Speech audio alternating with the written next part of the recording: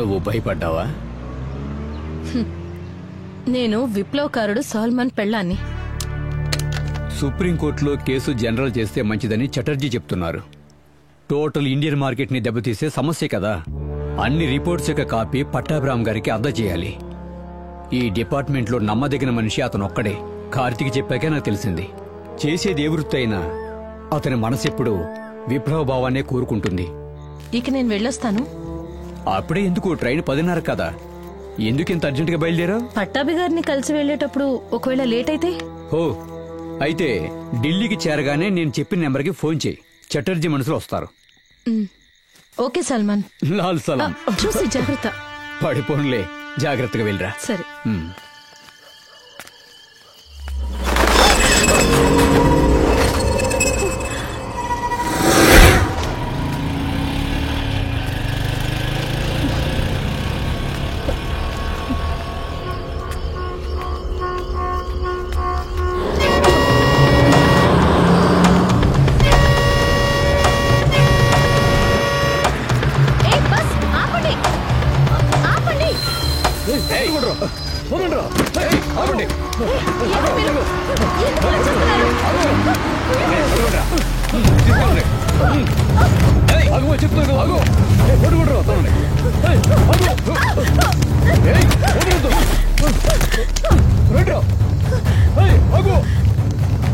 Hello, Pattabhiram గారేనా? అవును, మీరెవరు?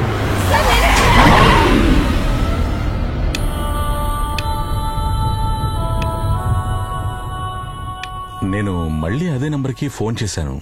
స్విచ్ ఆఫ్ అని వచ్చింది. సార్, ఆ రిపోర్ట్స్ అన్నీ మీ దగ్గర ఉన్నాయా? ఎందుకు? కేఆర్కే కాళ్ళ మీద పెట్టి దండ పెట్టాడనక? ఆ రోజు మీ మీద నాకు నమ్మకం ఉండేది, ఇప్పుడు లేదు. కారణం చెప్పాలంటే మీరు కూడా కేఆర్కేకి తొత్తులే. సోలమన్, చూడండి, మీ పరిస్థితి చూస్తుంటే జాలేస్తోంది. కానీ మీరు నోటికొచ్చినట్టు మాట్లాడడం ఏం బాలేదు. నాకు కేఆర్కేకి ఏదైనా సంబంధం ఉంది అనడానికి మీ దగ్గర ఏమేం ఆధారాలున్నాయి? ఈ సిటీలో కేఆర్కే మీ భార్యకు ప్రారంభించిన తనువిని కిచెన్ దేనికోసం ఇచ్చిన కూలి చెప్పండి. చాలా కాలంగా కేఆర్కే ఫుడ్స్ కి బ్రాండ్ అంబాసిడర్ అయిన తనూజా వర్మ టెలివిజన్ షోకి మీ భార్య యాంకర్ అయినప్పటి నుంచి ఈ ఇన్వెస్ట్మెంట్ వరకు అంతా లంచమే గుర్తించుకోండి మిస్టర్ పట్టాభిరామ్.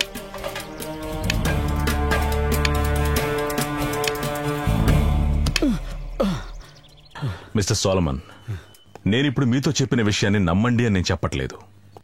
కానీ హోటల్ని ప్రారంభించడం నాకు మొదటి నుంచి ఇష్టం లేదు. కానీ అది కేఆర్కే ఇన్వెస్ట్మెంట్ అని నాకు ఈ క్షణం వరకు తెలియదు. నమ్మడం నమ్మకపోవడం ఇక మీ ఇష్టం. ఇక వెళ్తున్నాను. మిస్టర్ పట్టాభిరామ్, ఆ డాక్యుమెంట్స్ నేను జాగ్రత్తగా దాచలేదు. నాకు తెలిసిన పట్టాభిరామ్కి చెప్పలేని ఫైల్ ఉంది. అది ఇప్పటికీ అలాగే ఉంది. నేను చెప్పిన చోటుకి వెళ్తే మీకు కావలసినవన్నీ దొరుకుతాయి.